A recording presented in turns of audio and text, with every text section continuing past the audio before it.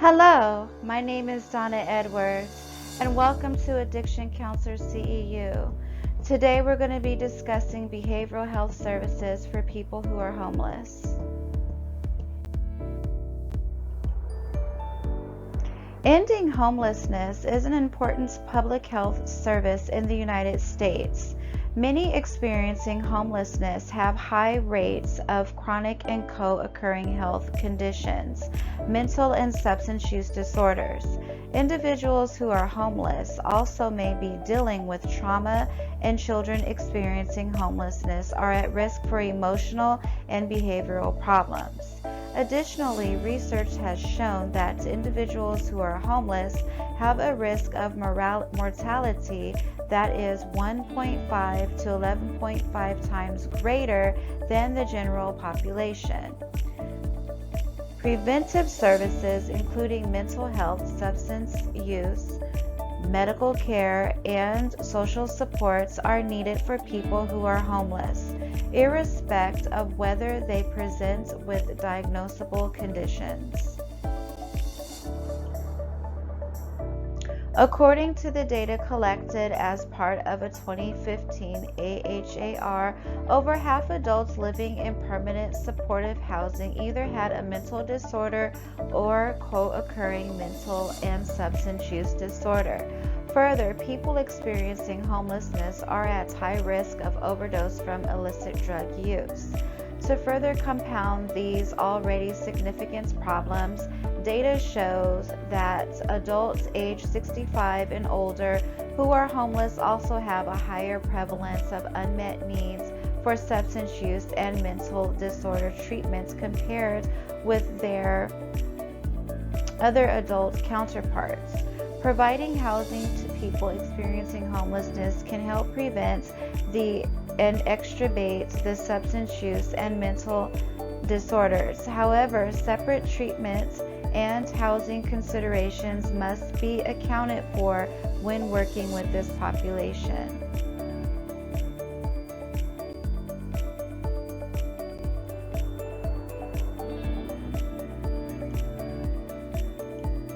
Here are some key messages.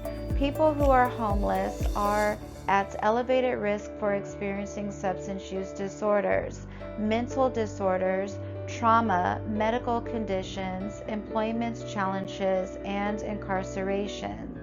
People experiencing homelessness present unique treatment challenges, as both treatments and housing needs must be concurrently addressed for treatment to be most effective. Preventative services for people experiencing homelessness, including mental health, substance use, medical care, and social supports, are critical for mitigating risk of SUDs and mental disorders and improving health outcomes. Treatments providers must be knowledgeable about and help clients identify available housing resources. Person-centered prevention and trauma-informed treatment practices are essential when working with people experiencing homelessness and help prioritize and address complex issues that clients face. Providers should work with federal, state, and community-based agencies to secure permanent supportive housing placements for their clients. Clinicians must know how to help individuals access federal or local benefits to improve housing stability.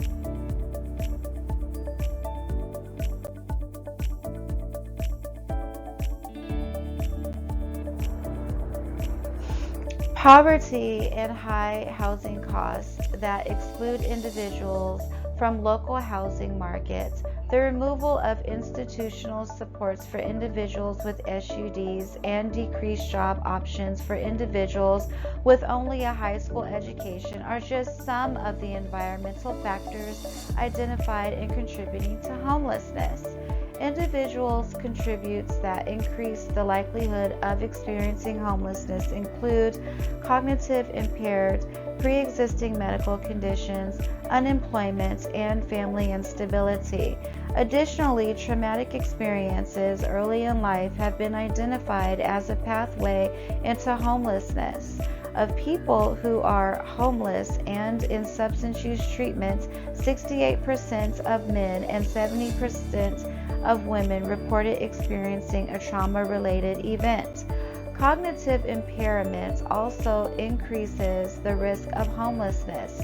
Up to 80% of people who are homeless show some signs of cognitive impairment, which impacts their ability to learn new skills.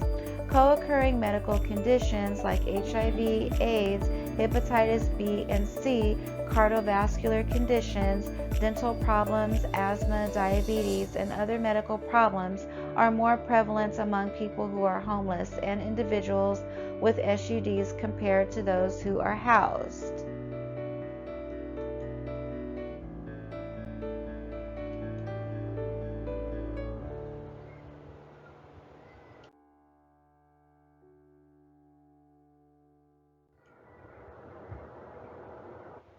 Preventative services for people who are homeless. Preventative services may include medical care, housing support, and other social and supportive services. Example given: employment, educational supports for children. These services help a client work towards housing stability and support retention in substance use and mental health treatment and long-term recovery. Preventative services can be categorized as universal, which is targeting the entire population, such as a community, state, or country. Selective, which is targeting subsets of the population considered at risk. Indicated, which is targeting and delivered to individuals exhibiting early signs of problem behavior.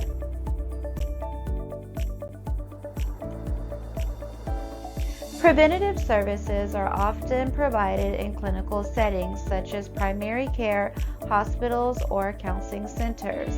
They include life skills development, stress and anger management, anticipatory guidance, parenting programs, and screening and early intervention.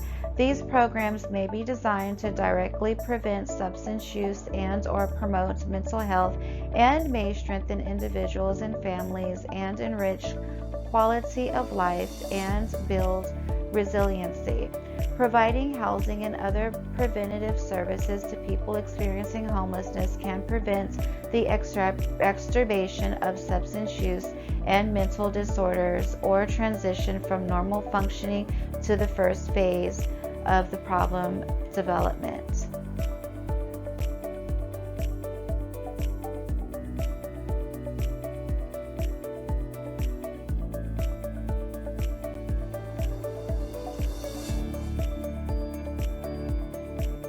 Screening and evaluation.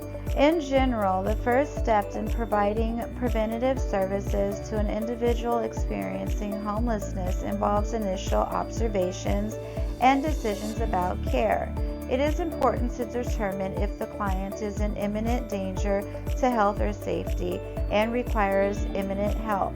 Providers should collect primary care records and information on the following: substance use and SUD, mental disorders, effects of specific symptoms, co-occurring disorders, and exposure to trauma. They should also evaluate the onset of homelessness, currently available to maintain stable housing, and the criminal justice involvement.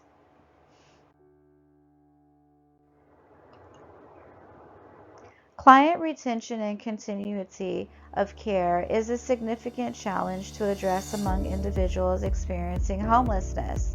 For those living with chronic homelessness, the task of addressing health care, financial needs, criminal justice issues, and housing security is daunting. Therefore, client retention requires the development of short-term, realistic treatments and prevention goals. Goals should be set collaboratively with clients to include specific milestones within a defined time period and rewards. Contingency management to increase retention.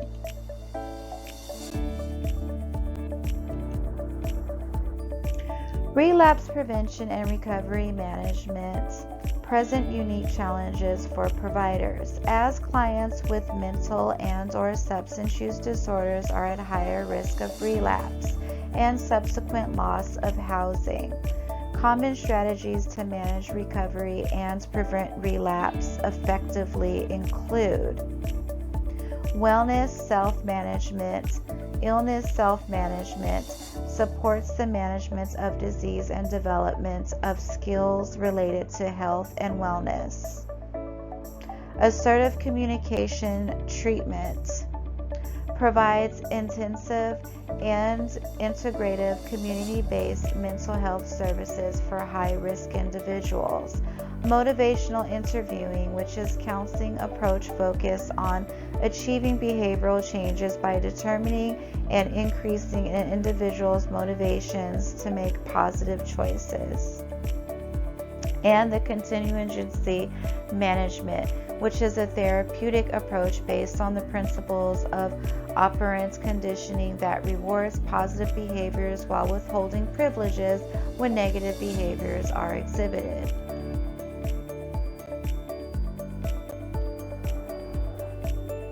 Housing considerations, which is housing services that is a vital component of treatment for individuals with substance use and/or mental disorders who are experiencing homelessness. For example, immediate access to housing and support from a mental health team has been shown to decrease inpatient days for homeless individuals with schizophrenia or bipolar disorder. Housing services can come in the form of emergency shelters or temporary and transitional housing placements, with the need of each client being different based on the severity of their illness and the client's readiness to change.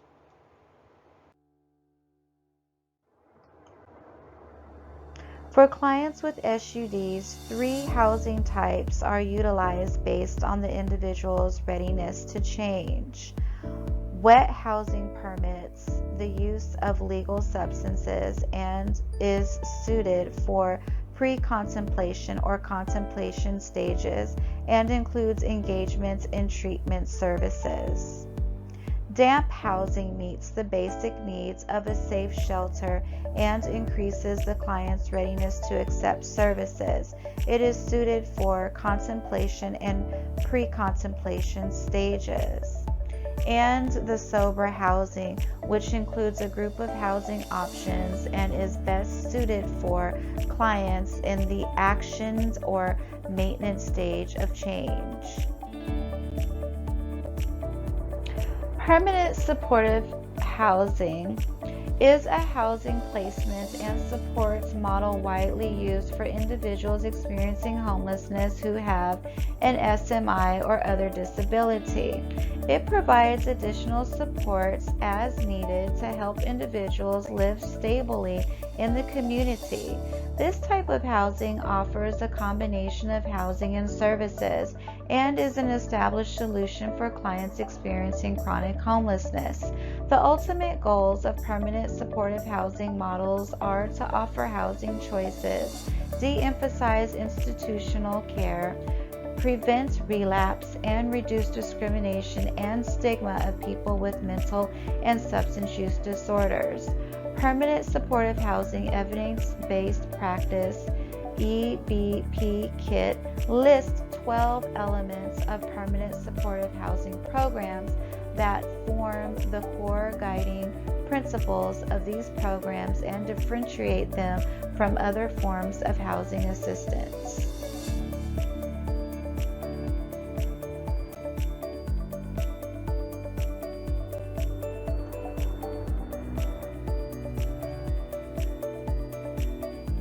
So the first one is the leases are in the tenant's name and provide full rights, including protection from eviction. Second, the lease has the same provisions held by people without psychiatric disabilities. Third, participation in services is voluntary and refusal does not result in eviction. Fourth, if there are house rules, there are similar to those for people without psychiatric disabilities. Number 5, there is no time limit on housing with a renewable lease. Tenants are offered a range of housing choices that would be available to others at the same income level. Housing is affordable no more than 30% of the tenant's income. Housing is integrated, allowing the opportunity for tenants to interact with neighbors. Tenants are given choices in support services they are provided. Support services are dynamic and can change as needs change over time. Support services are focused on recovery to help tenants choose, obtain, and keep housing. Housing and support services are delivered separately.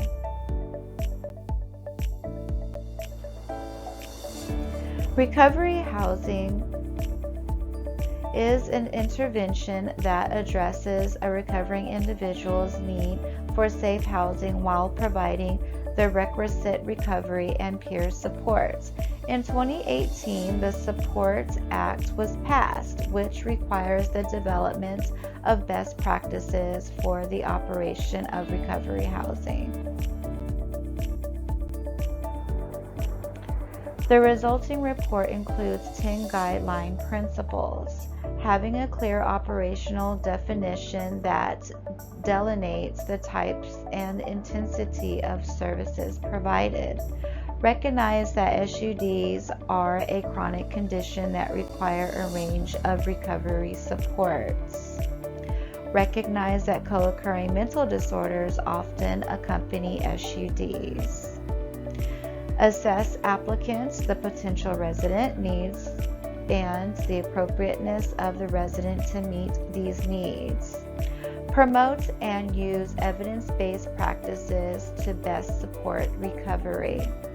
Develop written policies, procedures, and resident expectations in a resident's handbook to ease transition and ensure compliance. Ensure quality, integrity, and resident safety by making safety the chief priority in all recovery houses. Learn and practice cultural competence so staff can work with individuals on a personal basis and respect differing beliefs and backgrounds. Maintain ongoing communication with interested parties and care specialists, including residents, family, vocational programs, and criminal justice professionals. Evaluate program effectiveness and resident success to assess how each house is performing in delivering quality care to residents. Addressing the needs of special populations. Some groups experience homelessness at higher rates than the general population and may need to be considered differently when receiving homeless services. Veterans are at increased risk for experiencing homelessness, but are also eligible for additional programs offered by the Department of Veteran Affairs, the VA. While it is often assumed that single adults in urban areas are the most common populations experiencing homelessness, families in rural populations are also at risk and often need but may not have access to mental health, substance use, and homelessness services.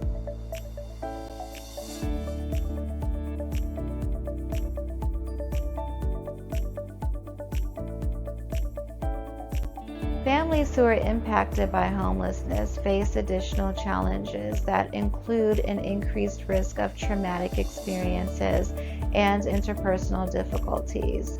Special services and resources for families are available, such as family-only shelters and child-specific healthcare options. The vast majority, which is 98% of homeless families, are sheltered but in need of stable housing. HUD 2020. It is important to treat families as a separate subpopulation with their own specific needs.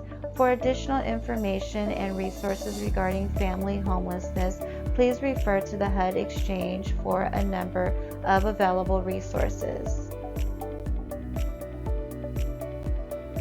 In the rural populations, available housing and treatment centers can be limited in rural areas.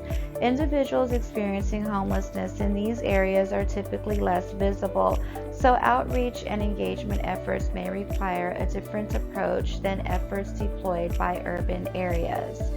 The availability of job opportunities, shelter, health services, and social programs are often limited. The National Healthcare for the Homeless Council has collected a number of available resources for working with rural homeless populations. Homelessness represents a significant case management challenge for treatment programs and administrators and other staff members who are responsible for finding housing resources. Some considerations that must be addressed include limited resources for housing people in early recovery from substance use and/or mental disorders, time required to find and evaluate potential resources, collaboration efforts involved in working with other community agencies, and limited funding available for housing services.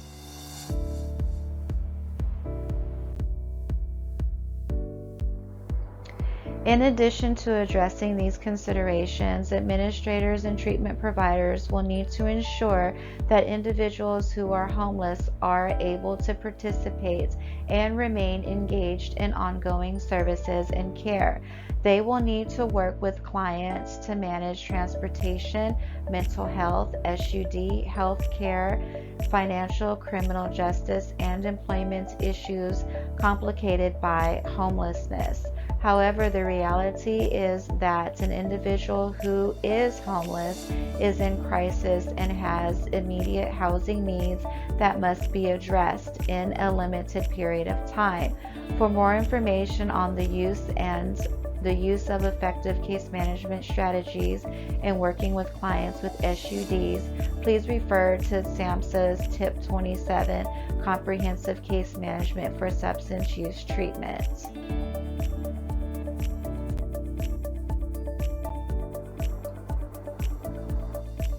Intra-organizational needs assessment.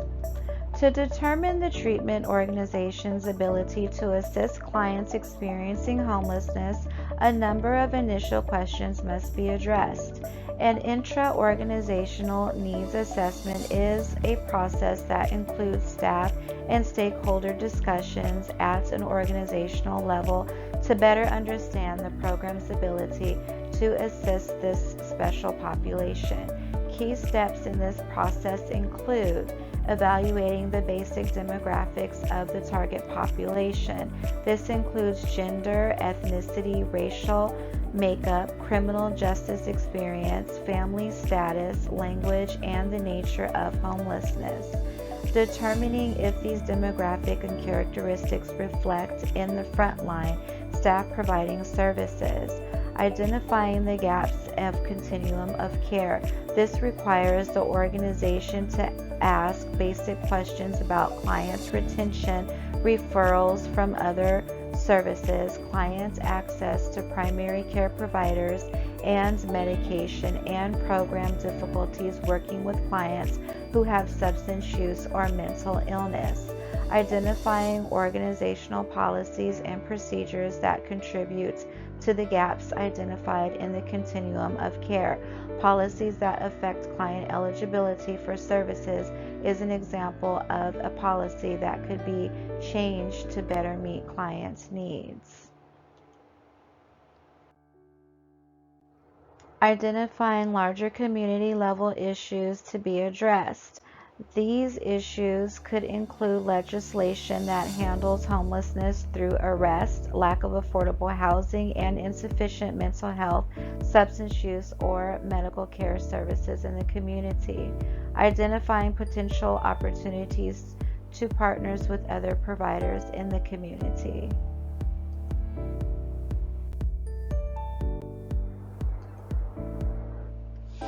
Integrational of substance use and mental disorder treatments with homelessness services. Throughout the continuum of care and services, clients experiencing homelessness will likely engage with multiple care providers. It is important that all programs have shared goals and standards of quality of care, with the understanding that addressing homelessness in the community requires a strategic coordination on the part of all providers. Use of the coordinated and integrated approach to care and service delivery is recommended throughout each phase of rehabilitation from homelessness is described later on. The first phase includes building relationships with individuals with substance use and mental disorders who are also experiencing homelessness. Administrators can assist by establishing collaborations with community organizations, forming interdisciplinary teams, increasing staff availability off-site, ensuring proper training of staff, developing outreach tools, and providing funding for practical goods that can be offered to potential clients.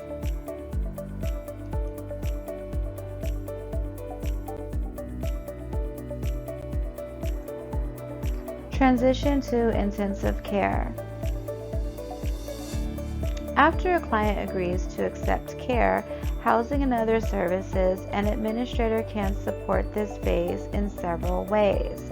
This includes formalizing record-keeping policies, providing tangible benefits, assigning case managers, offering supportive services like employment and financial benefits, ensuring staff are familiar with local community housing resources, and developing protocols from transitional planning.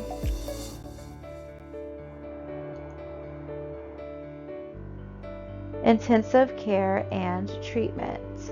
When an individual engages in a clinic, shelter, outpatient, or residential treatments program, they begin the intensive care phase.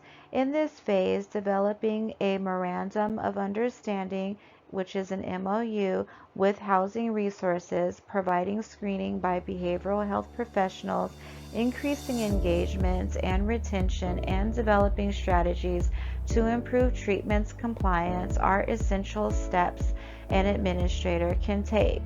Comprehensive health care services are also required in this phase of rehabilitation to meet the criteria for outpatient treatment.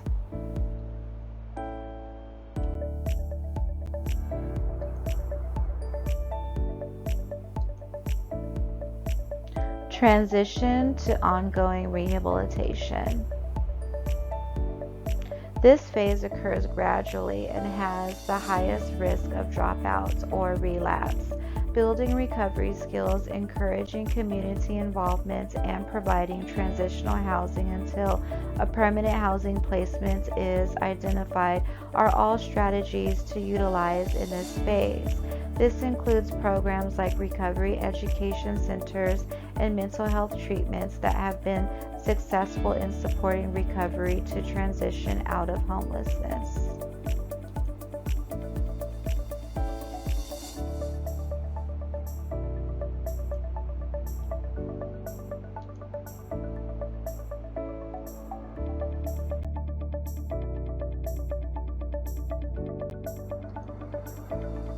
Ongoing rehabilitation. The final and open-ended stage occurs when the client is no longer identified as homeless and actively works to maintain recovery. Administrators can support staff as they provide ongoing rehabilitation and the means for clients to Contact the organization if there is a relapse of substance use or an increase in severity of mental disorders. This ongoing support can include regular follow-up in the form of meeting or phone calls.